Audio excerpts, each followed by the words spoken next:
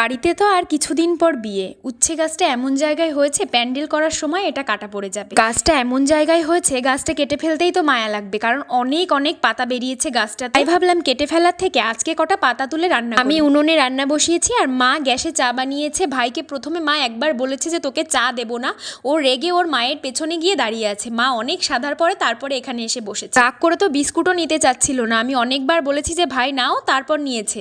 মানে বড় মানুষের মতন জেদ দেখা। আমি আজকে ফুলকপি দিয়ে মাছ রান্না করেছি, আর যে উচ্ছের পাতাগুলো তুললাম গাছ থেকে সেগুলো দিয়েও মাছ রান্না করব, মানে উচ্ছের পাতার ঝোল। হালকা একটু তিতে লাগলেও দারুণ লাগে খেতে। আমরা রোদে বসে বসে ভাত খাচ্ছি আর ভাই এখানে বন্দুক নিয়ে এসেছে আমাদেরকে মারবে।